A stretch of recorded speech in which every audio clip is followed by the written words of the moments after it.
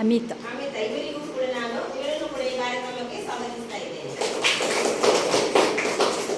ಹಾಗೆ ನಮ್ಮ ಶಾಲೆಯ ವಿದ್ಯಾಸಮಿತಿಯ ಅಧ್ಯಕ್ಷರು ಹಾಗೂ ಪೋಷಕರು ಹಾಗೂ ಪುಟಾಣಿ ಮಕ್ಕಳು ಹಾಗೂ ನಮ್ಮ ಎಲ್ಲ ಶಿಕ್ಷಕರನ್ನು ಕೂಡ ನಾನು ಈ ಕಾರ್ಯಕ್ರಮಕ್ಕೆ ಸ್ವಾಗತಿಸ್ತಾ ಇದ್ದೇನೆ.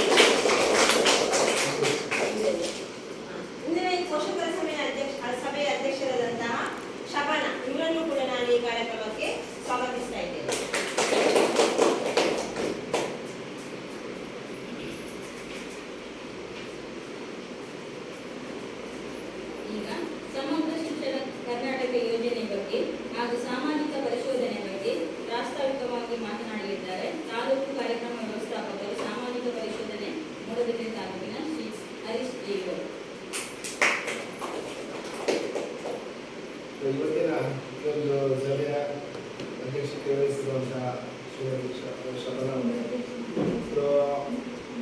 ಶಾಲೆಯ ಶಾಲಾಭಿವೃದ್ಧಿ ಸಮಿತಿ ಅಧ್ಯಕ್ಷರೇ ಮತ್ತು ಈ ಒಂದು ಶಾಲೆಯ ಮುಖ್ಯ ಶಿಕ್ಷಕಿಯರೇ ಮತ್ತು ಶಿಕ್ಷಕ ವೃಂದದವರೇ, ಮಕ್ಕಳ ಪೋಷಕರೇ ಹಾಗೂ ಪುಟಾಣಿ ಮಕ್ಕಳೇ, ಬಹುಶಃ ಸರ್ಕಾರದ ಒಂದು ಯೋಜನೆ ಸಮಗ್ರ ಶಿಕ್ಷಣ ಕರ್ನಾಟಕ ಯೋಜನೆ. ಸೊ ಅದನ್ನು ಸಾಮಾಜಿಕ ಪರಿಶೀಲನೆ ನಡೆಸಲಿಕ್ಕೆ ಅನ್ನೋ ಒಂದು ಸರ್ಕಾರದ ಆದೇಶದ ಮೇರೆಗೆ ನಾವಿವತ್ತು ನಮ್ಮ ಶಾಲೆಯಲ್ಲಿ ಕಳೆದ 3 ದಿನಗಳಿಂದ ಈ ಒಂದು ಯೋಜನೆಯ ಒಂದು ಸಾಮಾಜಿಕ ಪರಿಶೀಲನಾ ಪ್ರಕ್ರಿಯೆಯನ್ನು ಮಾಡ್ಕೊಂಡಿದ್ದೇವೆ. ಸೊ ಇವತ್ತು ಆ ಒಂದು ಯೋಜನೆಯಲ್ಲಿ ಏನೆಲ್ಲ ನಾವು ಪರಿಶೀಲಿಸಿದ ಅಂಶಗಳು ಯಾವುವು ಎನ್ನುವುದರ ಬಗ್ಗೆ ಒಂದು ಸಮಗ್ರ ವರದಿಯನ್ನು ಈ ಸಭೆಯಲ್ಲಿ ಮಂಡನೆ ಮಾಡಲಿದೆ. ಸೊ ಈ ಒಂದು ಸಭೆಗೆ ಪೋಷಕರ ಹಾಜರಾತಿ ಜಾಸ್ತಿ ಇರಬೇಕಿತ್ತು, ಬಟ್ ಹಲವಾರು ಕಾರಣಗಳಿಂದ ಕಡಿಮೆ ಇದೆ. ಸೊ ಅದು ನಮಗೂ ಅರ್ಥ ಆಗುತ್ತೆ. ಏನಂತ ಹೇಳಿದ್ರೆ, ಮನೆ ಜನ ನಿಮಗೆಲ್ಲ ಗೊತ್ತಿರ್ಬೋದು, ಮಕ್ಕಳ ದಿನಾಚರಣೆಯನ್ನು ಆಚರಿಸ್ಕೊಂಡಿದ್ವಿ. ಅವತ್ತು ಪೋಷಕರು ಬಂದಿದ್ರು. ಸೊ ಪ್ರತಿ ದಿನ ಅಂದರೆ ಸಭೆಗಳು, ಇಂಥ ಸಭೆಗಳು ಅವರವಾಗ ಆದಾಗ ಎಲ್ಲ ಸಭೆಗಳಲ್ಲಿ ಅವರಿಗೂ ಭಾಗವಹಿಸಲಿಕ್ಕೆ ಕಷ್ಟ ಇದೆ, ನಮಗೂ ಗೊತ್ತಿದೆ. ಯಾಕಂತ ಹೇಳಿದ್ರೆ ಗ್ರಾಮೀಣ ಭಾಗದಲ್ಲಿ ಯಾವ ರೀತಿಯ ಪರಿಸ್ಥಿತಿ ಇದೆ ಅನ್ನೋದು ನಮ್ಗೆ ಅರ್ಥ ಆಗುತ್ತೆ. ಅವತ್ತು ಪ್ರತಿಯೊಂದು ಪೋಷಕರಿಗೆ ಅವತ್ತು ದುಡಿದ್ರೆ ಮಾತ್ರ ಒಂದು ಜೀವನ ನಿರ್ವಹಣೆ ಅನ್ನೋ ಒಂದು ಪರಿಸ್ಥಿತಿಯಲ್ಲಿ ಇರುವಂಥ ಸಂದರ್ಭದಲ್ಲಿ ಬರಲಿಲ್ಲ. ಆದರೂ ಇವತ್ತು ಸಭೆ ನಡೆಸಲಿಕ್ಕಿದೆ. ಸೊ ನಡೆಸಿ ಸರ್ಕಾರಕ್ಕೆ ಏನಿದೆ ಅದರ ವರದಿಯನ್ನು ನಾವು ಕೊಡಲೇಬೇಕು. ಅದು ಯಾವುದೇ ಕಾರಣಕ್ಕೆ ಮುಂದುವರಿದಿಲ್ಲ. ಸೊ ಆ ಒಂದು ನಿಟ್ಟಿನಲ್ಲಿ ಇವತ್ತು ಈ ಸಮಗ್ರ ಶಿಕ್ಷಣ ಕರ್ನಾಟಕ ಯೋಜನೆ ಬಗ್ಗೆ ಹೇಳಬೇಕು ಅಂತ ಹೇಳಿದ್ರೆ, ಈ ಯೋಜನೆ ಬಹುಶಃ ಅದು ಹೊಸದಾಗಿ ಬಂದಂಥದ್ದಲ್ಲ. ಈ ಹಿಂದೆ ಇತ್ತು. ಅದನ್ನು ಬೇರೆ ಬೇರೆ ಹೆಸರುಗಳಿಂದ ಕರೆಯಲ್ಪಡ್ತಾ ಇತ್ತು. ಅದು ಸರ್ವ ಶಿಕ್ಷಾ ಅಭಿಯಾನ ಮತ್ತು ರಾಷ್ಟ್ರೀಯ ಮಾಧ್ಯಮಿಕ ಶಿಕ್ಷಾ ಅಭಿಯಾನ ಮತ್ತು ಶಿಕ್ಷಕರ ಶಿಕ್ಷಣ, ಈ ಎಲ್ಲ ಹೆಸರುಗಳಿಂದ ಈ ಹಿಂದೆ ಕರೆಯಲ್ಪಡ್ತಾ ಇತ್ತು. ಅಂದ್ರೆ 2018ರ ನಂತರ ಇದಕ್ಕೊಂದು ಸಮಗ್ರವಾದ ರೂಪವನ್ನು ಕೊಟ್ಟು, ತದನಂತರ ಅದನ್ನು ಸಮಗ್ರ ಶಿಕ್ಷಣ ಯೋಜನೆ ಅಭಿಯಾನ ಅಂತ ಕರೆಯಲ್ಪಡ್ತಾ ಇತ್ತು. ಸೊ ಅದು ನಮ್ಮ ಕರ್ನಾಟಕ ರಾಜ್ಯಕ್ಕೆ ಬಂದಾಗ ಸಮಗ್ರ ಶಿಕ್ಷಣ ಕರ್ನಾಟಕ ಯೋಜನೆ ಅಂತ ಆಗಿದೆ. ಸೊ ಇವತ್ತು ಆ ಒಂದು ಯೋಜನೆಯಲ್ಲಿ ಏನು ಅದು ಕಾರ್ಯಾಚರಣೆ ಆಗ್ತಾ ಇದೆ, ಆ ಒಂದು ತಳ ಹಂತದಲ್ಲಿ ಅಥವಾ ಅನುಷ್ಠಾನ ಪ್ರಕ್ರಿಯೆಯಲ್ಲಿ ಏನಾದರೂ ಸಮಸ್ಯೆಗಳಿದೆಯಾ, ಅಥವಾ ಅದನ್ನು ಇನ್ನಷ್ಟು ಪರಿಣಾಮಕಾರಿಯಾಗಿ ಅದನ್ನು ಯಾವ ರೀತಿ ಮುಂದಕ್ಕೆ ಬದಲಾವಣೆಗಳನ್ನು ಮಾಡಿಕೊಂಡು ಇನ್ನಷ್ಟು ಪರಿಣಾಮಕಾರಿಯಾಗಿ ಅದನ್ನು ಅನುಷ್ಠಾನಕ್ಕೆ ತರಬಹುದು ಅನ್ನೋದ್ರ ಬಗ್ಗೆ ಸರ್ಕಾರಕ್ಕೆ ಒಂದು ವರದಿ ಬೇಕಿತ್ತು. ಆ ಒಂದು ನಿಟ್ಟಿನಲ್ಲಿ ಹಲವಾರು ಸಭೆಗಳನ್ನು ನಡೆಸಿ ಅಂತಿಮವಾಗಿ ಸರ್ಕಾರವೇ ಒಂದು 138 ಪ್ರಶ್ನಾವಳಿಗಳನ್ನು ತಯಾರು ಮಾಡಿಕೊಂಡು ಅದು ಈ ಒಂದು ನಿಟ್ಟಿನಲ್ಲಿ ಇಂಥ ಪ್ರಶ್ನೆಗಳನ್ನು ಕೇಳಿ ಒಂದು ವರದಿಯನ್ನು ಪಡ್ಕೋಬೇಕು ಅನ್ನೋ ಒಂದು ರೂಪುರೇಷೆಗಳನ್ನು ಸಿದ್ಧಪಡಿಸಿ ಆಯಿತು. ಸೊ ತದನಂತರ ಇದನ್ನು ಯಾರು ಮಾಡಬೇಕು ಅನ್ನೋದ್ರ ಬಗ್ಗೆ ಚರ್ಚೆ ನಡೆದು, ಸೊ ಮತ್ತೆ ನಮ್ಮ ಸಾಮಾಜಿಕ ಪರಿಶೀಲನಾ ನಿರ್ದೇಶನಾಲಯಕ್ಕೆ ಒಂದು ಮಹತ್ತರವಾದ ಜವಾಬ್ದಾರಿಯನ್ನು ಕೊಟ್ಟಿರುವ ಮೇರೆಗೆ ಸಾಮಾಜಿಕ ಪರಿಶೀಲನಾ ತಂಡ ಪರಿಶೀಲನೆಯನ್ನು ಮಾಡ್ತಾ ಇದೆ. ಅಂದರೆ ಇಲ್ಲಿ ಯಾರು ಈ ಯೋಜನೆಯ ಫಲಾನುಭವಿಗಳು ಯಾರು ಅಂತ ಹೇಳಿದ್ರೆ, ಇಲ್ಲಿ ಪ್ರೀ ಸ್ಕೂಲಿಂದ ಹಿಡಿದು 12ನೇ ತರಗತಿವರೆಗೆ ಯಾರು ಮಕ್ಕಳು ಸರ್ಕಾರಿ ಶಾಲೆಯಲ್ಲಿ ಮಕ್ಕಳು ವಿದ್ಯಾಭ್ಯಾಸವನ್ನು ಮಾಡ್ತಾ ಇದ್ದಾರ, ಸೊ ಅವರು ಈ ಒಂದು ಯೋಜನೆಯ ಫಲಾನುಭವಿಗಳು. ಸೊ ಅವರಿಗೆ ಅವರು ಪ್ರತಿಯೊಂದು ಹಂತದಲ್ಲಿ ಅವರಿಗೆ ಯಾವ ರೀತಿಯ ಶಿಕ್ಷಣವನ್ನು ಕೊಡಬೇಕು, ಆ ಶಿಕ್ಷಣ ಹೇಗಿರಬೇಕು, ಎಲ್ಲವನ್ನು ರೂಪುರೇಷೆಗೊಳಿಸಿದ್ದಾರೆ. ಸೊ ಅವರಿಗೆ ಯಾವುದೇ ರೀತಿಯ ಒಂದು ಲಿಂಗ ತಾರತಮ್ಯವಿಲ್ಲದೆ, ಜಾತಿ ಭೇದ ಇಲ್ಲದೆ, ಸರ್ವರಿಗೂ ಸಮಾನವಾಗಿ ದಾಖಲಾಗಿರ್ತಕ್ಕಂಥ ಮಕ್ಕಳಿಗೆ ಸರ್ವರಿಗೂ ಸಮಾನವಾಗಿ ಶಿಕ್ಷಣವನ್ನು ಕೊಡಬೇಕು. ಆ ಶಿಕ್ಷಣ ಹೇಗಿರಬೇಕು ಅಂತ ಹೇಳಿದ್ರೆ, ಆ ಗುಣಮಟ್ಟದಿಂದ ಕೂಡಿರುವಂತಹ ಶಿಕ್ಷಣವನ್ನು ಕೊಡಬೇಕು. ಆ ಗುಣಮಟ್ಟದಿಂದ ಕೂಡಿರುವ ಶಿಕ್ಷಣದ ಜೊತೆಗೆ ಮುಂದೆ ಆ ಮಕ್ಕಳ ವೃತ್ತಿ ಜೀವನಕ್ಕೆ ಏನೋ ವೃತ್ತಿ ಜೀವನವನ್ನು ಆಯ್ಕೆ ಮಾಡ್ಕೊಳ್ಳುವಂಥ ಸಂದರ್ಭದ ಬಂದಾಗ, ಸೊ ಈ ಎಲ್ಲ ಕೊಡ್ತಕ್ಕಂಥ ಶಿಕ್ಷಣವು ಕೂಡ ಅದಕ್ಕೆ ಪೂರಕ ಆಗಿರಬೇಕೆಂಬ ನಿಟ್ಟಿನಲ್ಲಿ ಇದನ್ನು ವಿನ್ಯಾಸಗೊಳಿಸಿ ಅದನ್ನು ಇವತ್ತಿಗೂ ಕೂಡ ಕಾರ್ಯರೂಪಕ್ಕೆ ತರಲಾಗಿದೆ. ಇಲ್ಲಿ ಒಂದು ವಿಚಾರ ಗಮನಿಸಬೇಕು, ಸರ್ಕಾರ ಎಲ್ಲ ಇದನ್ನು ಮಾಡ್ಕೋಬೇಕು ಅಂತೇಳಿ ಹಲವಾರು ಮಕ್ಕಳಿಗೆ ಬೇರೆ ಬೇರೆ ರೀತಿಯಲ್ಲಿ ಖರ್ಚುಗಳನ್ನು ಸರ್ಕಾರ ಮಾಡ್ತಾ ಇದೆ. ಸೊ ಅದರಲ್ಲಿ ಶಾಲೆಗೆ ಮಕ್ಕಳು ಬಂದ ಕೂಡಲೇ ಅವರಿಗೆ ಬಿಸಿ ಹಾಲು ಕೊಡುವಂಥದ್ದಿರ್ಬೋದು, ಮಕ್ಕಳಿಗೆ ಮಧ್ಯಾಹ್ನದ ಸ್ವೀಟ ಕೊಡುವಂಥದ್ದಿರ್ಬೋದು, ಅವರ ಪಠ್ಯ ಪುಸ್ತಕ ಇರ್ಬೋದು, ಅಥವಾ ಅವರಿಗೆ ಸಮವಸ್ತ್ರ ಮತ್ತು ಕಾಲಿಗೆ ಚಪ್ಪಲಿ, ಇದೆಲ್ಲ ಸರ್ಕಾರ ತುಂಬಾನೇ ಖರ್ಚು ಮಾಡ್ತಾ ಇದೆ. ಸೊ ಈ ಖರ್ಚು ವೆಚ್ಚಗಳು ಎಲ್ಲವನ್ನು ಸರ್ಕಾರ ಮತ್ತೆ ವಾಪಸ್ ಪಡೆಯಲ್ಲ. ಅದರ ಬದಲಾಗಿ ಮಕ್ಕಳು ಮುಂದೆ ವಿದ್ಯೆ ಕಲಿತು ಅವರು ಸಮಾಜದಲ್ಲಿ ಸಮಾಜದಲ್ಲಿ ಅವನ ಜೀವನವನ್ನು ಅವರು ಉತ್ತಮವಾಗಿ ನಿರ್ವಹಿಸಿಕೊಂಡು ಹೋಗ್ಲಿಕ್ಕೆ ಒಬ್ಬ ವಿದ್ಯಾರ್ಥಿ ಸಮಾಧಾನ ಇರಬೇಕು ಅನ್ನೋದನ್ನು ಮಾತ್ರ ಸರ್ಕಾರ ಬಯಸುತ್ತೆ. ಇನ್ನೊಂದು ಅಂಶದಲ್ಲಿ ಗಮನಿಸಬೇಕು ಅಂತ ಹೇಳಿದ್ರೆ, ಇನ್ನೇನು ಸರ್ಕಾರಿ ಶಾಲೆಯಲ್ಲಿ ಮಕ್ಕಳು ವಿದ್ಯೆ ಕಲಿತಾ ಮಕ್ಕಳು ಮತ್ತು ಖಾಸಗಿ ಶಾಲೆಯಲ್ಲಿ ಕೂಡ ಮಕ್ಕಳು ವಿದ್ಯೆ ಕಲಿತಾ ಇದ್ದಾರೆ. ಇವರು ಪ್ರಾಥಮಿಕ ಅಂತ ಇರ್ಬೋದು, ಪ್ರೌಢಶಾಲೆ ಅಂತ ಇರ್ಬೋದು ಮತ್ತು ಪದವಿ ಪೂರ್ವ ಶಿಕ್ಷಣ ಪಡೆದ ನಂತರ ಅವರು ಏನು 12ನೇ ತರಗತಿ ಪಾಸಾಗಿ ಹೊರ ಜಗತ್ತಿಗೆ ಬರ್ತಾರೆ. ಅಂತಹ ಸಂದರ್ಭದಲ್ಲಿ ಖಾಸಗಿ ಶಾಲೆಯಲ್ಲಿ ಕಲಿತಂತಹ ಮಕ್ಕಳು ಕೂಡ 12ನೇ ತರಗತಿ ಪಾಸಾಗಿ ಹೊರಗಡೆ ಬರ್ತಾರೆ. ಸೊ ಆ 12ನೇ ತರಗತಿ ಪಾಸಾದ ನಂತರ ಮಕ್ಕಳಿಗೆ ಹೊರಗಿನ ಜಗತ್ತು ಓಪನ್ ಆಗುತ್ತೆ. ಸೊ ಅಲ್ಲಿ ಮುಂದಕ್ಕೆ ಅವರೆಲ್ಲ ಬೇರೆ ಬೇರೆ ಪ್ರವೇಶ ಪರೀಕ್ಷೆಗಳನ್ನು ಪಡೆದುಕೊಂಡು ಅವರ ವೃತ್ತಿ ಜೀವನವನ್ನು ಮತ್ತೆ ಆಯ್ಕೆ ಮಾಡ್ಕೊಳ್ಳಿಕ್ಕೆ ಅವರಿಗೆ ಅನುಕೂಲ ಆಗುತ್ತೆ. ಸೊ ಅಂತಹ ಸಂದರ್ಭದಲ್ಲಿ ಈ 12ನೇ ತರಗತಿವರೆಗೆ ನಮ್ಮ ಸರ್ಕಾರಿ ಶಾಲೆಯಲ್ಲಿ ಏನು ವಿದ್ಯೆ ಕಲಿತ ಮಕ್ಕಳು ಮತ್ತೆ ಖಾಸಗಿ ಶಾಲೆಯಲ್ಲಿ ವಿದ್ಯೆ ಕಲಿತ ಮಕ್ಕಳು ಇಬ್ಬರು ಕೂಡ ಸರಿ ಸಮಾನವಾಗಿ ನಿಲ್ಲಬೇಕು. ನಮ್ಮ ಸರ್ಕಾರಿ ಶಾಲೆಯಲ್ಲಿ ವಿದ್ಯೆ ಕಲಿತ ಮಕ್ಕಳು ಯಾವುದೇ ಕಾರಣಕ್ಕೆ ಹಿಂದುಳಿಬಾರದು. ಸೊ ಅವರು ಕೂಡ ಅವರಿದ್ದು ಅವರು ಅವರ ಒಂದು ಜೀವನವನ್ನು ಸಮರ್ಪಕವಾಗಿ ಮುಂದೆ ನಿರ್ವಹಿಸಿಕೊಂಡು ಹೋಗಲಿಕ್ಕೆ ಈ ಒಂದು ಶಿಕ್ಷಣದ ಹಂತ ಅವರಿಗೆ ಪೂರಕವಾಗಿರಬೇಕೆಂಬ ನಿಟ್ಟಿನಲ್ಲಿ ಇದನ್ನು ವಿನ್ಯಾಸಗೊಳಿಸಿ ಎಲ್ಲ ಶಾಲೆಗಳಲ್ಲಿ ಅದನ್ನು ಕಾರ್ಯರೂಪಕ್ಕೆ ತರಲಾಗ್ತದೆ. ಇಷ್ಟು ಯೋಜನೆ ಬಗ್ಗೆ. ಆದರೆ ವಿಚಾರದ ವಿಷಯ ಅಂತ ಹೇಳಿದ್ರೆ, ನಾವು ಏನು ಶಾಲೆಗಳಲ್ಲಿ ಸಾಮಾಜಿಕ ಪರಿಶೀಲನೆ ನಡೆಸಲಿಕ್ಕೆ ಬೇರೆ ಬೇರೆ ಶಾಲೆಗಳಿಗೆ ಹೋಗ್ತಾ ಇದ್ದೀವಿ. ಅದು ಗ್ರಾಮೀಣ ಭಾಗದಲ್ಲಿ ನಮಗೆ ತುಂಬ ಇಂಟೀರಿಯರ್ ಸ್ಥಳಗಳೆಲ್ಲ ಸಿಗ್ತಾ ಇದೆ. ಆದರೆ ಅಲ್ಲಿ ನಮಗೆ ಒಂದು ಸಿಗ್ತಾ ಇರುವಂಥ ಅಂಶ ಏನು ಅಂತ ಹೇಳಿದ್ರೆ, ಶಾಲೆ ಕಟ್ಟಡಗಳು ಮತ್ತೆ ಏನು ಸಂಬಂಧಪಟ್ಟ ಶಿಕ್ಷಕರು ಕೂಡ ಆ ಶಾಲೆಯಲ್ಲಿ ಇದ್ದಾರೆ. ಆದರೆ ಅಲ್ಲಿ ದಾಖಲಾಗ್ತಿರುವಂಥ ಮಕ್ಕಳ ಸಂಖ್ಯೆ ಗಣನೀಯವಾಗಿ ಇಳಿಕೆ ಆಗ್ತಾ ಇದೆ. ಇದು ತುಂಬ ಕಳವಳಕಾರಿ ವಿಚಾರ. ಯಾಕಂತ ಹೇಳಿದ್ರೆ, ಮಕ್ಕಳ ಸಂಖ್ಯೆ ಕಡಿಮೆ ಆಗ್ತಾ ಬಂದಾಗೆ ಆ ಒಂದು ಶಾಲೆಯನ್ನು ಮತ್ತೆ ಸರ್ಕಾರ ಅದನ್ನು ಏನು ನಿರ್ವಹಣೆ ಮಾಡಲಿಕ್ಕೆ ಕಷ್ಟ ಎನ್ನುವ ನಿಟ್ಟಿನಲ್ಲಿ ಅದನ್ನು ಮುಚ್ಚುತ್ತದೆ. ಆದರೆ ಅವಾಗ ಏನಾಗುತ್ತೆ ಅಂತ ಹೇಳಿದ್ರೆ, ಯಾರು ಗ್ರಾಮೀಣ ಭಾಗದಲ್ಲಿ ನಿಜವಾಗ್ಲೂ ಒಂದು ನಿಮ್ಮ ವ್ಯಾಪ್ತಿಯ ಶಾಲೆಗಳನ್ನು ಉಳಿಸಿ ಬೆಳೆಸಿಕೊಂಡು ಹೋಗ್ಬೇಕಾಗಿರುವಂಥದ್ದು ಕೂಡ ನಿತ್ಯ ಜವಾಬ್ದಾರಿ ಆಗಿರುತ್ತೆ. ಯಾಕಂತ ಹೇಳಿದ್ರೆ, ಮಕ್ಕಳು ಜನನ ಆಗ್ತಾರೆ, ಆದರೆ ಅವರು ಇಂಥ ಶಾಲೆಗಳಿಗೆ ಬರದೆ ಅನ್ಯ ಶಾಲೆಗಳಿಗೆ ಹೋದಾಗ ಮಾತ್ರ ಅಂತ ಒಂದು ಪರಿಸ್ಥಿತಿ ಎದುರಾಗುತ್ತೆ. ಸೊ ಅದನ್ನು ತಡೆಗಟ್ಟಬೇಕು ಅಂತ ಹೇಳಿದ್ರೆ, ಸೊ ನಾವು ನಮ್ಮ ಶಾಲೆಗಳನ್ನು ನಮ್ಮ ಮಕ್ಕಳನ್ನು ಸರ್ಕಾರಿ ಶಾಲೆಯಲ್ಲಿ ಶಿಕ್ಷಣ ಕೊಡುವುದರ ಜೊತೆಗೆ ಆ ಶಾಲೆಗಳನ್ನು ಕೂಡ ಉಳಿಸಿ ಬೆಳೆಸುವಲ್ಲಿ ಕೂಡ ನಮ್ಮ ಒಂದು ಕೊಡುಗೆಯನ್ನು ಕೊಡ್ತಾರೆ. ಸೊ ಯಾಕೆ ನಾವು ಹೋಗ್ತಾ ಇದ್ದೇವೆ ಅಂತ ಹೇಳಿದ್ರೆ, ಮಕ್ಕಳಿಗೆ ಗ್ರಾಮೀಣ ಭಾಗದಲ್ಲಿ ಕೂಡ ಮಕ್ಕಳ ಪೋಷಕರು ಇವತ್ತು ಮಕ್ಕಳಿಗೆ ಒಂದು ಇಂಗ್ಲಿಷ್ ಮೀಡಿಯಂ ಶಿಕ್ಷಣ ಸಿಗಬೇಕು. ಸೊ ಅದೊಂದು ಕನಸಿರುತ್ತೆ. ಆ ಕನಸು ತಪ್ಪೊಂದು ಹೇಳೋಕ್ಕಾಗಲ್ಲ. ಆದರೆ ನಮಗೆ ಆ ಇಂಗ್ಲಿಷ್ ಮೀಡಿಯಂ ಶಿಕ್ಷಣ ಮತ್ತು ಕನ್ನಡ ಮೀಡಿಯಂ ಶಿಕ್ಷಣಕ್ಕೆ ಹೋಲಿಕೆ ಮಾಡಿದಾಗ ನಾವು ಒಂದು ವಿಚಾರವನ್ನು ನಾವು ಗಮನಿಸ್ತಾ ಇಲ್ಲ. ಅಂದರೆ ಇಲ್ಲಿ ಗುಣಮಟ್ಟದ ಶಿಕ್ಷಣ ಸಿಗ್ತಾ ಇದೆ ಅನ್ನೋದ್ರ ಬಗ್ಗೆ ಯಾರು ಯೋಚನೆ ಮಾಡ್ತಾ ಇಲ್ಲ. ಒಟ್ಟಾರೆಯಾಗಿ ಇಂಗ್ಲಿಷ್ ಮೀಡಿಯಮು ಎಷ್ಟು ಖರ್ಚು ಮಾಡಿ ನಾವು ಮಕ್ಕಳನ್ನು ಕಲಿಸ್ತೇವೆ, ಆದರೆ ಆ ಮಕ್ಕಳಿಗೆ ನಾವು ಇಂಗ್ಲಿಷ್ ಮೀಡಿಯಂ ಕಲಿಸಿದ್ರು ಕೂಡ ಅವರಿಗೆ ಅಲ್ಲಿ ಗುಣಮಟ್ಟದ ಶಿಕ್ಷಣ ಸಿಗ್ತಾ ಇದೆಯಾ ಎನ್ನುವುದನ್ನು ನಾವು ಯೋಚನೆ ಮಾಡ್ತಾ ಇಲ್ಲ. ಸೊ ಇದೊಂದು ನಾವು ಗಮನಿಸಿದ ವಿಚಾರಗಳಲ್ಲಿ ಇದೊಂದು ಪ್ರಮುಖವಾದ ವಿಚಾರ. ಯಾಕಂದರೆ ಹೆಚ್ಚಿನ ಮಕ್ಕಳ ಪೋಷಕರು ಬರೀ ಒಂದು ಸ್ಟೇಟಸ್ ಗೋಸ್ಕರ ಮಕ್ಕಳನ್ನು ಶಾಲೆಗೆ ಇಂಗ್ಲಿಷ್ ಮೀಡಿಯಂಗೆ ಕಲಿಸುವವರು ಕೂಡ ತುಂಬ ಜನ ಇದ್ದಾರೆ. ಸೊ ಅಂತಹ ಒಂದು ಬೆಳವಣಿಗೆ ಆದಾಗ ಏನಾಗುತ್ತೆ, ಇಂಥ ಶಾಲೆಗಳಲ್ಲಿ ದಾಖಲಾತಿ ಕಡಿಮೆ ಆಗುತ್ತೆ. ಮತ್ತು ಮುಂದೆ ಮಕ್ಕಳ ಭವಿಷ್ಯಕ್ಕೆ ಕೂಡ ಅದು ಮಾರಕ ಆಗುತ್ತೆ. ಯಾಕಂತೇಳಿದ್ರೆ, ನಾವಿಲ್ಲಿ ಪರಿಶೀಲನೆ ಮಾಡಿದಾಗ ಶಿಕ್ಷಕರ ಸಂಖ್ಯೆ ಇದೆ, ಮಕ್ಕಳ ಸಂಖ್ಯೆ ಅದಕ್ಕೆ ತಕ್ಕದಾಗಿ ಇಲ್ಲ. ಸೊ ಕಡಿಮೆ ಇದೆ, ವರ್ಷ ಕಡಿಮೆ ಆಗ್ತಾ ಇದೆ.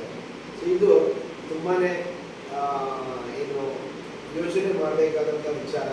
ನಮ್ಮ ಮೇಲ್ವಿಚಾರಣೆ ಸಮಿತಿ ಅಧ್ಯಕ್ಷರಲ್ಲಿ ನಾನು ನಮ್ಮದೊಂದು ಸಲಹೆ ಯಾಕಂತೇಳಿದ್ರೆ, ಏನು ಮಾಡ್ಬೋದು ಆ ಒಂದು ನಿಟ್ಟಿನಲ್ಲಿ ನೀವು ಯೋಚನೆ ಮಾಡಿ. ನಿಮ್ಮದೇ ಒಂದು ಪೋಷಕರಿದ್ದೀರಾ ನೀವು, ನೀವು ಚಿಂತನೆ ನಡೆಸಿ ಮಕ್ಕಳನ್ನು ಯಾವ ರೀತಿ ಇಲ್ಲಿ ದಾಖಲು ಮಾಡ್ಕೊಳ್ಳಿಕ್ಕೆ ಕ್ರಮ ತೆಗೆದುಕೋಬೇಕು ಅನ್ನೋದ್ರ ಬಗ್ಗೆ ಅದರ ಬಗ್ಗೆ ಸ್ವಲ್ಪ ಒತ್ತು ಕೊಟ್ಟು ನೀವು ನಿಮ್ಮ ಒಂದು ವಿಚಾರಧಾರೆಗಳನ್ನು ಬೇರೆಯವ್ರ ಜೊತೆ ಹಂಚಿಕೊಂಡ್ರೆ ಬಹುಶಃ ಅದು ಮುಂದೆ ಮಕ್ಕಳ ದಾಖಲಾತಿಗೆ ಅನುಕೂಲ ಆಗುತ್ತೆ. ಮಕ್ಕಳ ದಾಖಲಾತಿ ಹೆಚ್ಚಳದಲ್ಲಿ ಅನುಕೂಲ ಆಗ್ಬೋದು ಎನ್ನುವುದು ನಮ್ಮ ಅನಿಸಿಕೆ. ಯಾಕಂದರೆ ನಾವು ತುಂಬನೇ ಒಂದು ಪ್ರತಿಯೊಂದು ಗ್ರಾಮ ಪಂಚಾಯತ್ ವ್ಯಾಪ್ತಿಯಲ್ಲಿ ಎರಡೆರಡು ಸರ್ಕಾರಿ ಶಾಲೆಗಳನ್ನು ನಾವು ಸಾಮಾಜಿಕ ಪರಿಷತ್ತಿಗೆ ಒಳಪಡಿಸ್ತಾ ಇದ್ದೀವಿ. ಸೊ ಅಲ್ಲಿ ನಾವು ತುಂಬನೇ ಶಾಲೆಗಳನ್ನು ನಾವು ಭೇಟಿ ಮಾಡಿದ್ದೇವೆ. ಎಲ್ಲೂ ಗ್ರಾಮೀಣ ಭಾಗದಲ್ಲಿ ಎಲ್ಲಿ ಹೋದರೂ ಕೂಡ ಇದೇ ವಿಚಾರ ನಮಗೆ ದೊಡ್ಡ ಒಂದು ಹಿನ್ನಡೆಯ ವಿಚಾರ. ಯಾಕಂದರೆ ನಮ್ಮ ಮಕ್ಕಳ ದಾಖಲಾತಿ ಕುಸಿತ. ಸೊ ಅದು ಮುಂದಿನ ದಿನಗಳಲ್ಲಿ ಆ ಒಂದು ವಿಚಾರದ ಬಗ್ಗೆ ಕೂಡ ಎಲ್ಲ ಪೋಷಕರು ಯೋಚನೆ ಮಾಡಬೇಕು, ಚಿಂತನೆ ಮಾಡಬೇಕು. ಇಲ್ಲ ಅಂತ ಹೇಳಿದ್ರೆ ಇಷ್ಟು ಸುಸಜ್ಜಿತವಾದ ಕಟ್ಟಡ ಇದೆ, ಎಲ್ಲ ಏನು ಸೌಲಭ್ಯಗಳಿವೆ. ಆ ಸೌಲಭ್ಯಗಳಿದ್ರೂ ಕೂಡ ಮುಂದೆ ಶಾಲೆಯನ್ನು ಮಕ್ಕಳ ದಾಖಲಾತಿ ಕಡಿಮೆ ಆದರೆ ಮುಚ್ಚಲೇಬೇಕಾದಂಥ ಪರಿಸ್ಥಿತಿ ಇರುತ್ತೆ. ಸೊ ಆವಾಗ ಏನಾಗುತ್ತೆ, ಒಂದು ದಿನ ಮಕ್ಕಳ ಅಥವಾ ಪೋಷಕರು ಅಲ್ಲಿ ರೋಡಲ್ಲಿ ನಡ್ಕೊಂಡು ಹೋದಾಗ ಇಂಥ ಒಂದು ಶಾಲೆಗಳು ಮುಚ್ಚಿದ್ರು ಅಂತ ಹೇಳಿದ್ರೆ ಮತ್ತೆ ಅದು ಓಪನ್ ಆಗುವಂಥ ಪ್ರಮೇಯ ತುಂಬ ಕಡಿಮೆ ಇರುತ್ತೆ. ಸೊ ಅವಾಗ ಏನಾಗುತ್ತೆ, ಮತ್ತೆ ಇಂಥ ಒಂದು ಏನು ಕಟ್ಟಡಗಳು ಬಾಳು ಬಿದ್ದ ಕಟ್ಟಡಗಳಾಗಿ ಗೋಚರಿಸುತ್ತೆ. ಅವಾಗ ನಿಮ್ಮ ಮನಸ್ಸಿಗೆ ತುಂಬ ಬೇಜಾರಾಗುತ್ತೆ. ಅಂತ ಹೇಳಿದ್ರೆ ನೀವುಗಳು ಪೋಷಕರು ಇಲ್ಲಿ ವಿದ್ಯಾಭ್ಯಾಸ ಪಡೆದಿರ್ತೀರ. ಸೊ ಆ ಒಂದು ಸಂದರ್ಭದಲ್ಲಿ ನಿಮ್ಮ ಮನಸ್ಸಿಗೆ ತುಂಬಾನೇ ಬೇಜಾರಾಗುತ್ತೆ. ಅಂತ ಪ್ರಸಂಗಗಳು ಬರಬಾರ್ದು ಅಂತ ಹೇಳಿದ್ರೆ ನಾವಿಲ್ಲಿ ಈ ಒಂದು ವ್ಯಾಪ್ತಿಯಲ್ಲಿ ಏನು ಮಕ್ಕಳನ್ನು ಇಂಥ ಶಾಲೆಗಳಿಗೆ ದಾಖಲಾತಿ ಮಾಡಲಿಕ್ಕೆ ನಿಮ್ಮ ಕಡೆಯಿಂದ ಎಷ್ಟು ಸಾಧ್ಯವೋ ಅಷ್ಟು ಶ್ರಮಿಸಬೇಕು. ಸೊ ಶ್ರಮಿಸಿ ಮುಂದೆ ಅದ್ರ ಬಗ್ಗೆ ಮಕ್ಕಳು ಜಾಸ್ತಿ ಆಗುವಲ್ಲಿ ಅದು ನಿಮಗೆ ನೆರವಾಗಿ ಅಂತ ನಮ್ಮದೊಂದು ಆಶಯ. ಸೊ ಅದು ಬಿಟ್ಟರೆ ಈ ಯೋಜನೆ ಬಗ್ಗೆ ನಿಮಗೆ ಕಳೆದ 3 ದಿನಗಳಲ್ಲಿ ನಮ್ಮ ಶಾಲೆಯಲ್ಲಿ ಏನೆಲ್ಲ ನೋಡಿದ್ದಾರೆ ಅಥವಾ ಏನೆಲ್ಲ ಮಕ್ಕಳ ಜೊತೆ ಮಾತಾಡಿದ್ದಾರೆ ಎಲ್ಲವನ್ನು ವರದಿ ರೂಪದಲ್ಲಿ ದಾಖಲು ಮಾಡ್ಕೊಂಡಿದ್ದಾರೆ. ಆ ವರದಿ ಕೂಡ ನಿಮಗೆ ಮುಂದೆ ಮುಂದಿನ ಹಂತದಲ್ಲಿ ಮಂಡನೆ ಆಗುತ್ತೆ. ಸೊ ಅದರೊಟ್ಟಿಗೆ ನಿಮ್ದು ಏನಾದರೂ ಸಮಸ್ಯೆಗಳಿದ್ರೆ ದಯವಿಟ್ಟು ಅದನ್ನು ಹಂಚ್ಕೊಳ್ಳಿ. ಈಗ ಇರುವಂಥ ಪೋಷಕರು ನೀವು ಮಾತಾಡ್ಬೋದು ಮುಕ್ತವಾಗಿ. ಸೊ ಅದು ಬಿಟ್ಟರೆ ಮಕ್ಕಳನ್ನು ಬೆಳಿಗ್ಗೆ ನಾನು ತರಗತಿಗೆ ಬಂದು ಭೇಟಿ ಮಾಡಿದೆ. ಸೊ ಮಕ್ಕಳಲ್ಲಿ ತುಂಬ ಲವಲವಿಕೆಯಲ್ಲಿ ಇದ್ದಾರೆ. ಒಂದು ಕಾನ್ಫಿಡೆನ್ಸ್ ಲೆವೆಲ್ ತುಂಬ ಇದೆ. ಸೊ ಹಾಗಾಗಿ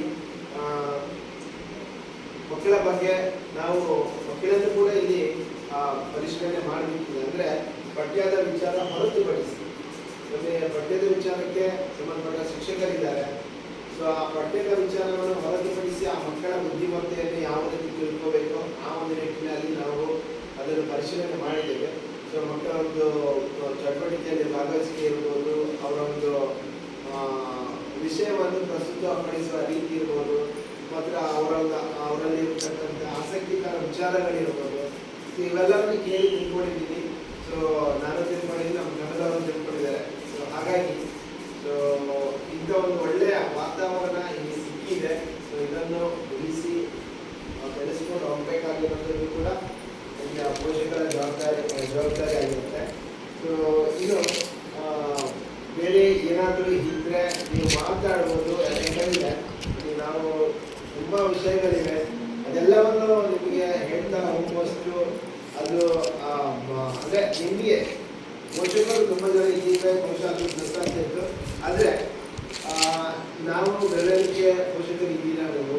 ಸೊ ನಾನು ಇಲ್ಲಿ ಹೇಳ್ತಾ ಹೋದರೆ ಅದು ನಿಮಗೆ ಅಷ್ಟು ಸಮಂಜಸ ಅನಿಸಲ್ಲ ಅಂತ ನನ್ನ ಅನಿಸಿಕೆ.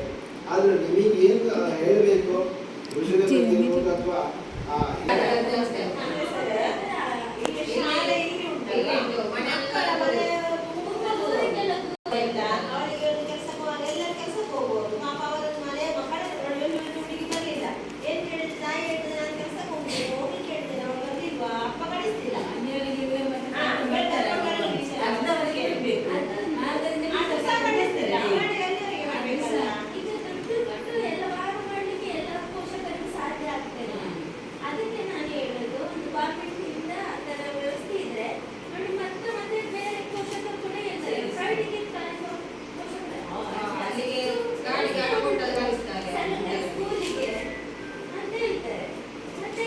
ಸಾರಿಗೆ ವ್ಯವಸ್ಥೆಗೆ ಆಯ್ತು ಅದರಿಂದ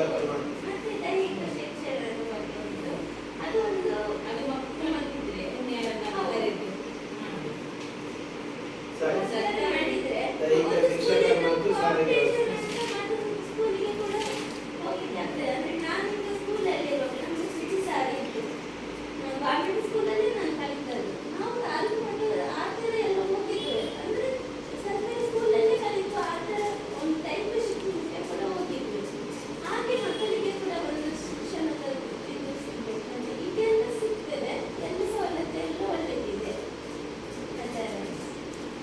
ಅದೆರಡು ದಾಖಲು ಮಾಡ್ಕೊಳ್ಳಿ, ಸಾರಿಗೆ ವ್ಯವಸ್ಥೆ ಮತ್ತು ದೈಹಿಕ ಶಿಕ್ಷಣ. ಇಲ್ಲಿ ಜಾಸ್ತಿ ಅದೇ ಪ್ರಾಬ್ಲಮ್, ಸಾರಿಗೆ ವ್ಯವಸ್ಥೆ ಹೊರಗಡೆ ಕಳಿಸ್ತಾರೆ. ಮತ್ತೆ ಪ್ರಮಾಣ ಹೆಚ್ಚಾಗ್ಬೋದಂತ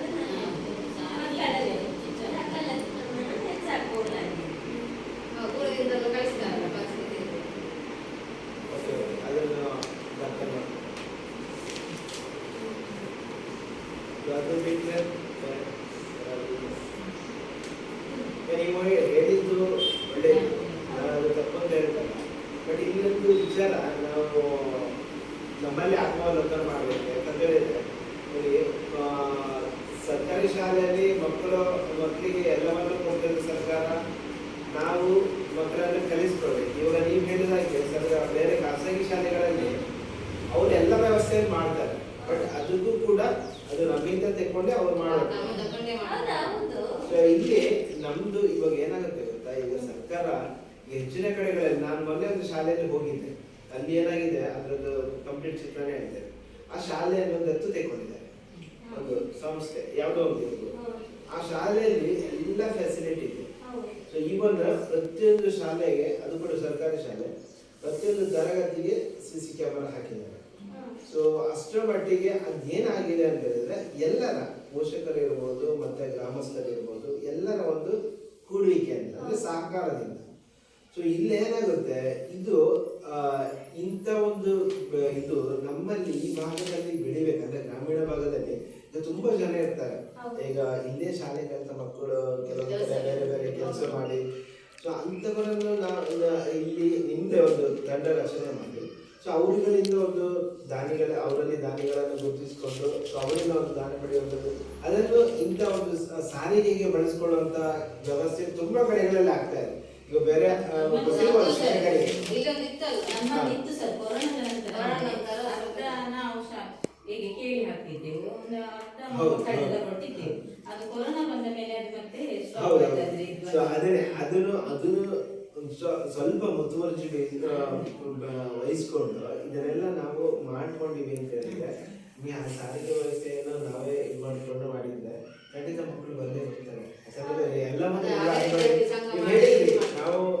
ನೀವು ಹೇಳ್ತಾ ಇರೋದು ತಪ್ಪು ಅಂತ ನಾನು ಎಲ್ಲೂ ಹೇಳ್ತಾ ಇಲ್ಲ. ಬಟ್ ಈ ಯೋಜನೆ ಅಡಿಯಲ್ಲಿ ಕೂಡ, ಈ ಸಮಗ್ರ ಶಿಕ್ಷಣ ಯೋಜನೆಯಲ್ಲಿ ಸಾರಿಗೆ ವ್ಯವಸ್ಥೆಯನ್ನು ಕಲ್ಪಿಸಿಕೊಡ್ಲಿಕ್ಕೆ ಅವಕಾಶ ಇದೆ, ಆಯ್ತಾ. ಬಟ್ ಏನಂತ ಹೇಳಿದ್ರೆ, ಸೊ ಎಲ್ಲವನ್ನು ಸರ್ಕಾರಕ್ಕೆ ಮಾಡ್ಲಿಕ್ಕೆ ಆಗ್ತಾ ಇಲ್ಲ. ಸೊ ಅಂದ್ರೆ ಈ ಮಕ್ಕಳದ್ದು ಎಲ್ಲದಕ್ಕೆ ಊಟ ಇರ್ಬೋದು ಅಥವಾ ಬೇರೆ ಬೇರೆ ಇದಕ್ಕೆ ಬರ್ತಾ ಇರುವಂತ ಖರ್ಚು, ಅದೆಲ್ಲವನ್ನು ನೋಡಿಕೊಂಡು ಸರ್ಕಾರಕ್ಕೆ ಅದನ್ನು ಸಾರಿಗೆಯನ್ನು ಕೂಡ ಕಲ್ಪಿಸಿಕೊಡ್ಲಿಕ್ಕೆ ಆಗ್ತಾ ಇಲ್ಲ ಒಂದೊಂದು.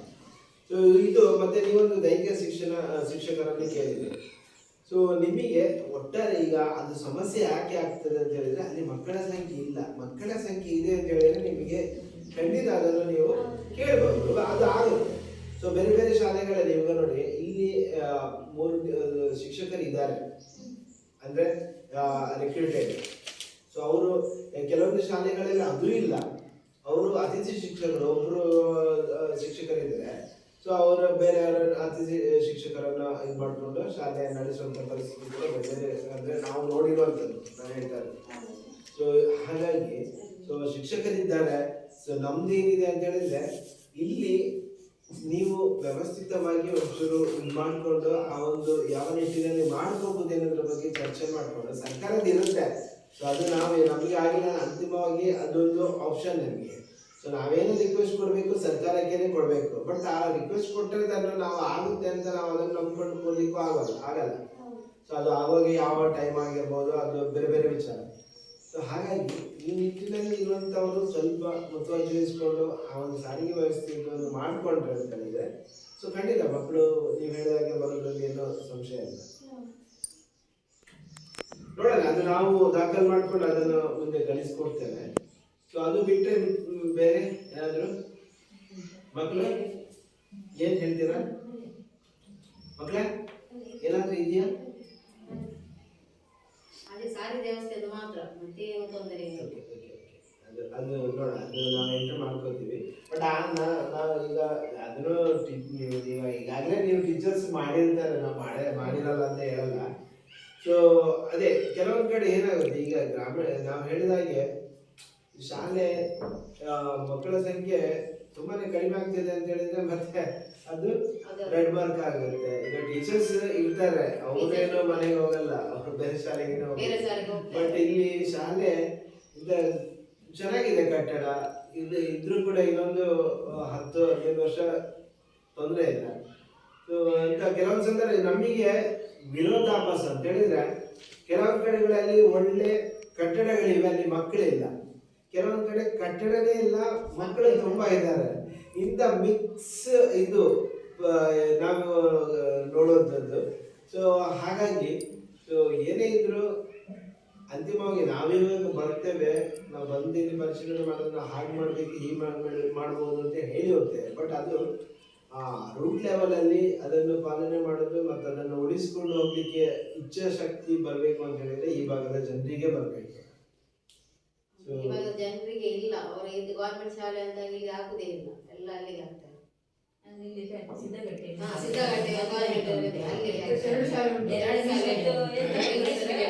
ವ್ಯವಸ್ಥೆ, ಸಾರಿಗೆ ವ್ಯವಸ್ಥೆ, ಗಾಡಿ ನಾವು ಮಾಡಿದ್ದೇವೆ.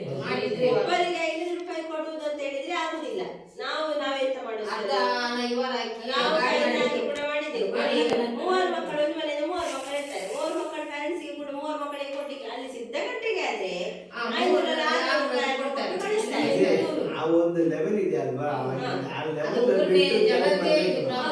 ಮಾತ್ರ ಪೋಷಕರು ಜವಾಬ್ದಾರಿ ಪೋಷಕರಿಗೆ ಇರುವಂತದ್ದು. ಮಕ್ಕಳಿಗೆ ನಡೀಲಿಕ್ಕೆ ಈಗ ಅಲ್ಲಿಂದ ಬರಬೇಕು, ದೂರದಿಂದ ನಡೀಲಿಕ್ಕೆ ಯಾವುದು ನಾನು ಒಪ್ಪಿಕೊಳ್ತೇನೆ. ಅದಕ್ಕೆ ಇದು ಅವರಿಗೆ ಸಾಧ್ಯ ಆಗ್ತದೆ. ನಾವು ಮತ್ತೆ ಗಾಡಿ ಮಾಡಿದ್ದೇವೆ, ನಾನು ನೋಡಿದ್ದೇನೆ ಮೇಡಮ್. ನಮ್ಮ ಒಂದು ಕೆಲವೊಂದು HFಗಳೇ ಗಾಡಿ ಇಟ್ಕೊಂಡು ಮಕ್ಕಳನ್ನು ಕರ್ಕೊಂಡು ಸನ್ನಿವೇಶಗಳಿವೆ. ಅಷ್ಟರ ಮಟ್ಟಿಗೆ ಕಾಳಜಿ ವಹಿಸ್ತಾರೆ ಶಿಕ್ಷಕರು, ಸುಮ್ಮನೆ ಹೇಳ್ತಾ ಇಲ್ಲ. ಸೊ 2-3 ಕಡೆಗಳಲ್ಲಿ ಅಂದ್ರೆ ಟೀಚರ್ ಇದೆ, ಸ್ವಂತ ಗಾಡಿ. ಸೊ ಅದರಲ್ಲಿ ಮಕ್ಕಳನ್ನು ಕರ್ಕೊಂಡು ಹೋಗಿ ಸೊ ಬರುವಂತದ್ದು ಕೂಡ ಅವ್ರು ಮಾಡ್ತಾ ಇದ್ದಾರೆ.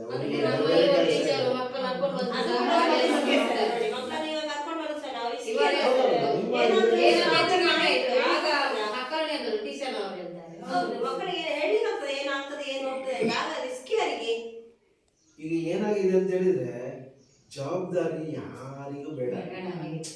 ಇನ್ನೊಬ್ರು ತೆಕ್ಕೋತಾರ ರೆಡಿಗಾರ, ಅವರು ಆಗಿ ತೆಕ್ಕೊಳ್ಳಿಕ್ಕೆ ಯಾವುದು ಅಂದ್ರೆ ನಮಗೆ ಏನಾಗ್ತದೆ ಅಂತ ಹೇಳಿದ್ರೆ, ದೂರದ ಬೆಟ್ಟ ನುಣ್ಣಗೆ ಅಂತ ಹೇಳುವಾಗ ಅದೆಲ್ಲ ಇರುವಂತದ್ದು. ಸೊ ನಾವು ಅದನ್ನೆಲ್ಲವನ್ನು ನಮಗೆ ದೂರದಿಂದ ಇಂಗ್ಲಿಷ್ ಮೀಡಿಯಂ ಬೇಕು, ಅಲ್ಲಿಗೆ ನಾವು ಎಷ್ಟೇ ನಮ್ಮಲ್ಲಿ ಇಲ್ಲ ಅಂತ ಹೇಳಿದ್ರೆ ಲೋನ್ ಆದ್ರಿಂದ ನಾವು ಮಾಡ್ತೇವೆ. ಮಕ್ಕಳು ಗಾಡಿಯಲ್ಲಿ ಹೋಗ್ಬೇಕು, ಮನೆ ಹತ್ರ ಬಂದು ಇಳಿಬೇಕು. ಅದೇ ನಮಗೆ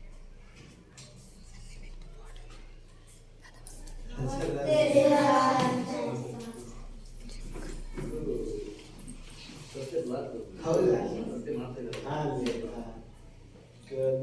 ನಮ್ದು ವರದಿ ಕೂಡ ಬಂಡನೆ ಆಗ್ತದೆ.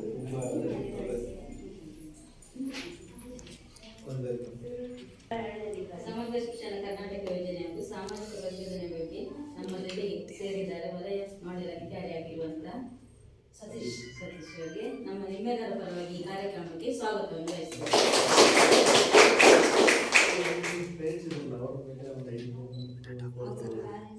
ಸ್ತ್ರೀ ಶಕ್ತಿ ಅಂತ ಹೇಳಿ ಉಂಟಲ್ಲ ಸರ್,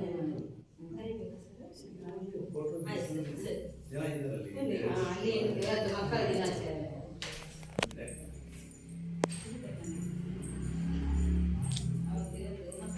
ಮಕ್ಕಳ ದಿನಾಚರಣೆಗೆ ಆಚರಿಸುತ್ತಿದೆ.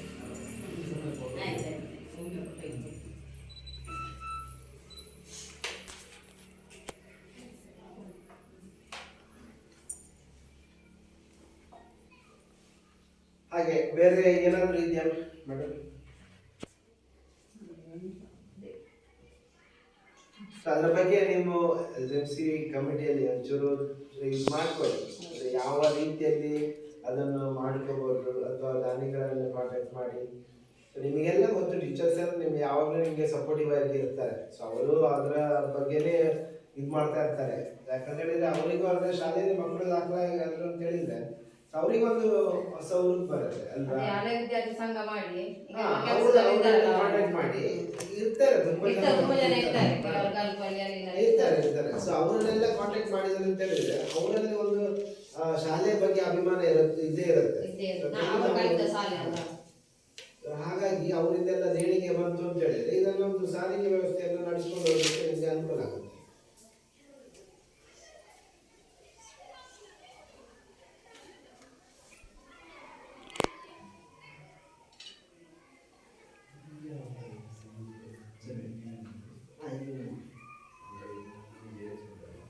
ಹೌದು, ಅಲ್ಲಿ ಪರವಾಗಿಲ್ಲ.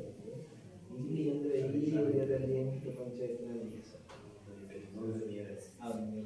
ಅವರದ್ದು ಆಟ ಆಗ್ತಾ ಉಂಟು, ಆಟ ಆಡಿಸ್ತಾರೆ. ಅವರ ಸ್ತ್ರೀ ಶಕ್ತಿ ಅವ್ರದ್ದು ಹೇಳಿದೆ. ಮೇಡಮ್, ನೀವೇನಾದ್ರೂ ಹೇಳೋದ್ರಲ್ಲಿ ಇದೆಯಾ?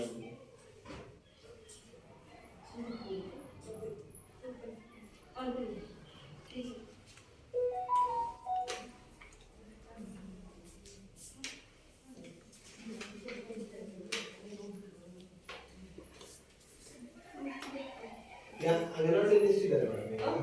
ಈ ಅಂಗನವಾಡಿಯಲ್ಲಿ ಎಷ್ಟು ಮಂದಿ? 15. ಅಲ್ಲ, ಇಲ್ಲಿಗೆ ಬರುವವರೆಗೆ ಇಲ್ಲಿಗೆ ಒಳ್ಳೆ ಮೂರುವರೆ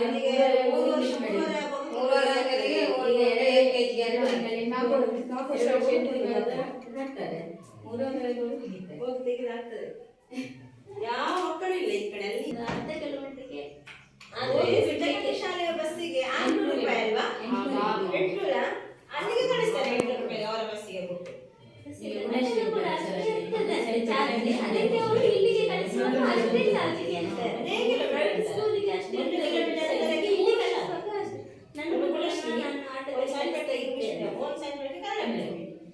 ಮೂರು ಶಾಲೆಗಳು ಒಂದೇ ಕಿಲೋಮೀಟರ್ ಅಂತರದಲ್ಲಿರುವ ನಮ್ಗೆ ಇಲ್ಲದ್ರೆ ಇಲ್ಲಿ ಮಕ್ಕಳು ಸುಮಾರು ಇದ್ರು.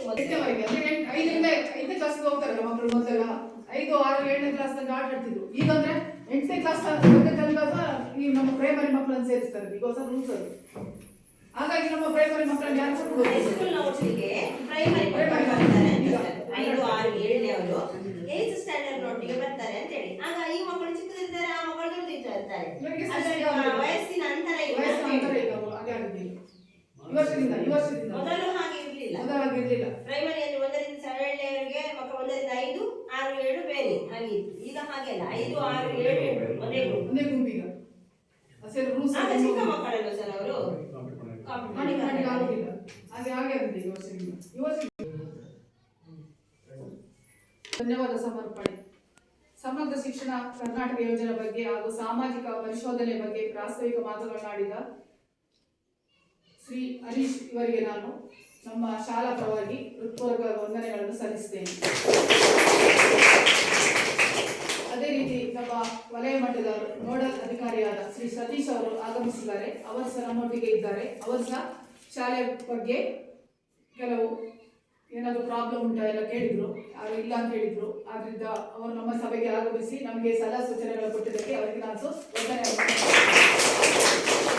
ಅದೇ ರೀತಿ 3 ದಿನಗಳಿಂದ ನಮ್ಮ ಶಾಲೆಗೆ ಬಂದ ಸವಿತಾ ಮತ್ತು ಅಮಿತಾ ಇವರು ನಮ್ಮ ಶಾಲೆಗೆ ಬಂದು ನಮ್ಮ ಶಾಲೆಯ ಎಲ್ಲ ಸಮಗ್ರ ಮಾಹಿತಿಯನ್ನು ಎಲ್ಲವನ್ನು ಸಂಗ್ರಹಿಸಿದ್ದಾರೆ ಮತ್ತು ಮಾಹಿತಿಯನ್ನು ಪಡ್ಕೊಂಡಿದ್ದಾರೆ.